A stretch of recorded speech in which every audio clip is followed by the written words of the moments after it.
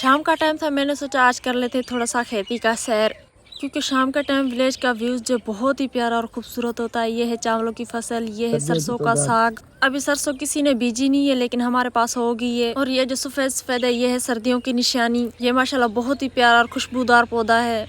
ये है हमारी मस्जिद, ये है मेहंदी का बीज जिससे मेहंदी होती है। ये मेहंदी का बीज कुछ हमारी खेती का मालिक यहाँ से तोड़ कर लेकर गया है और जो कुछ यहीं पर लगा हुआ है। ये है बकरियों का घास, लेकिन बकरियों का घास जो है अब खत्म होने वाला है। आगे से जो स्टाला होता है वो भी जाएगा सर्दियों में। कपास की फसल भी खत्म हो जाएगी क्योंकि गंदम बीजी जाएगी।